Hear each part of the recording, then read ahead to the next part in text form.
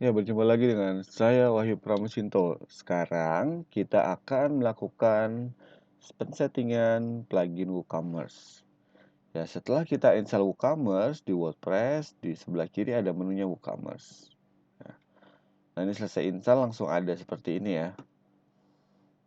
Oke, next.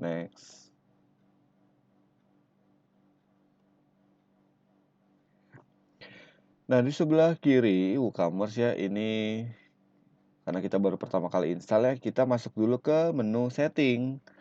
Jadi ada beberapa yang harus kita setting di sini. Ya, pertama ada general. General ini store ya, store address atau alamatnya.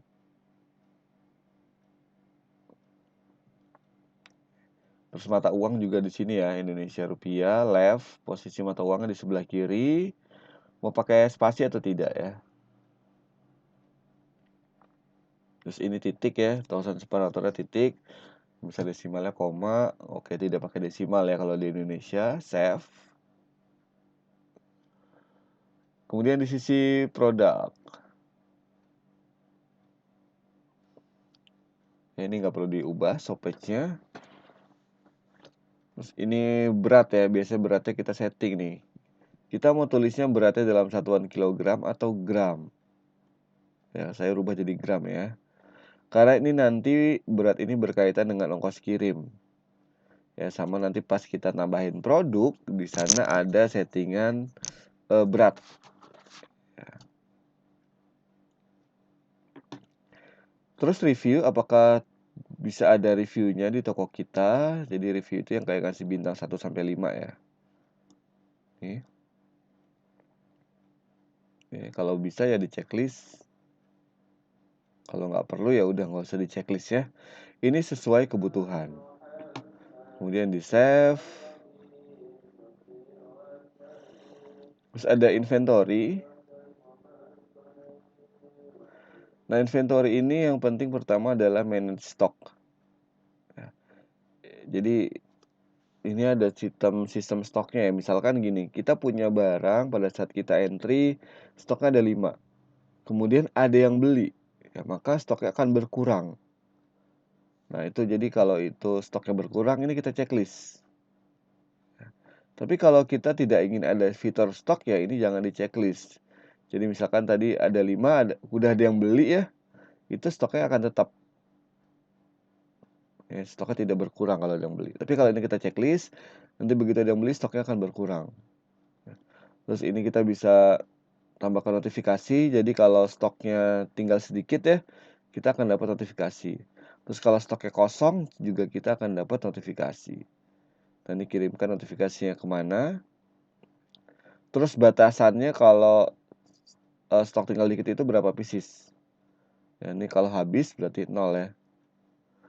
Nah, yang habis mau kita munculin nggak di halaman depan sini nanti? Ya, kalau nggak mau ya ini. Kalau mau dihilangkan ya, ini kita checklist. Jadi yang kosong itu nggak muncul di halaman depan. Terus mau dimunculin nggak? Sisa stoknya berapa sih? Ini kalau mau dimunculkan, kita pilih ya antara dua ini. Oke, ini munculkan stok keseluruhannya ada berapa. Kalau yang ini kita hanya munculkan kalau stoknya tinggal dikit. Misalkan tersisa 1, tersisa 2. Kalau ini nggak perlu tampilkan stoknya ada berapa. Oke, pilih sesuai kebutuhan ya. Save.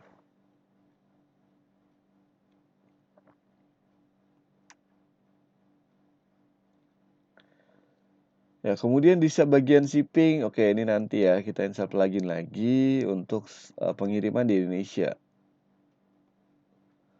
Kemudian payment. Nah, pembayarannya mau menggunakan apa? Ya, kita langsung transfer ke bank aja ya. Ini kita enable. Ini kalau bisa pakai cek, ini kalau COD. Ya, ini yang apa? Transfer ya, saya set up. Jadi transfer ini kita enable, terus ini judulnya misalkan kita ganti jadi transfer ke bank. Deskripsinya silakan lakukan pembayaran melalui bank.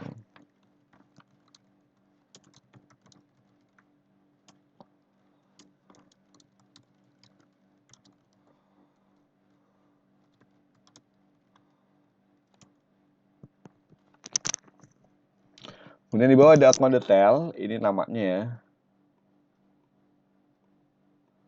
Jadi nama pemilik akun, kemudian nomor akunnya, nomor rekening berapa, nama banknya apa. Bisa lebih dari satu ya, tambahkan lagi. Itu ya. Nah, kalau sudah di save, nanti pembayaran ini akan muncul pada saat user melakukan checkout di halaman depan toko kita.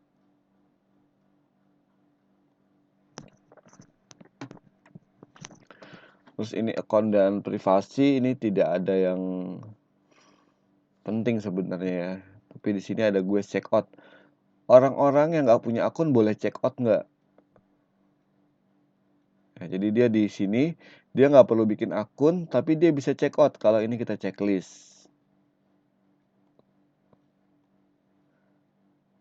Ya, oke ini terus ini ada privasi policy-nya. Ya, jadi personal data kita bisa tulis privasi ya. Data personal Anda tidak akan kami perjualbelikan atau data Anda hanya akan kami gunakan untuk kepentingan pengiriman barang misalkan ya. Ini saya biarkan default aja deh.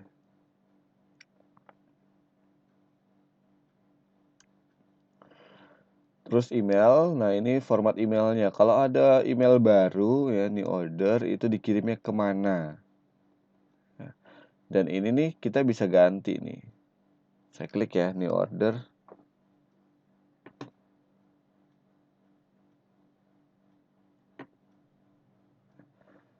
Ya, ini kita enable tidak, kemudian tujuannya kemana.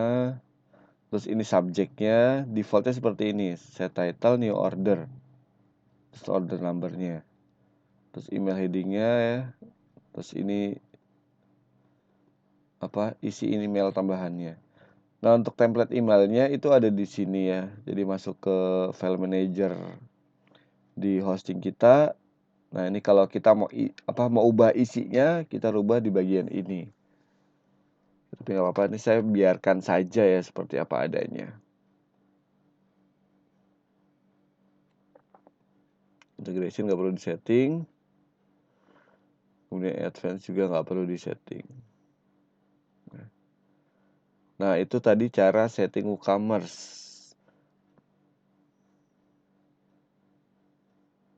Oke, halaman depannya belum ada ya, karena kita belum namain produk ya, jadi kita belum bisa testing. Di sini kita baru setting-setting saja.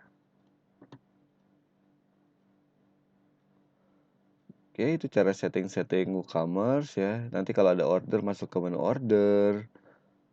Kemudian ini customer ya, nama-nama customer kita masuk di sini.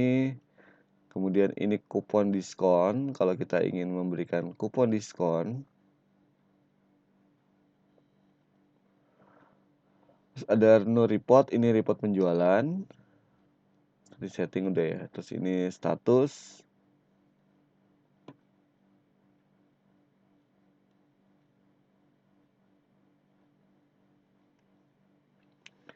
Terus ini marketplace. Ini kita mau tambahin plugin ya WooCommerce ya. Terus nanti untuk produk ada di menu produk. Terus ini analitik, ini ya analitik penjualan ya. Statistik penjualan. Terus ini marketing ya. Kita mau kasih kupon diskon ada di marketing. Jadi begitu install WooCommerce itu ada 4 menu ini. WooCommerce, produk, analitik, sama marketing.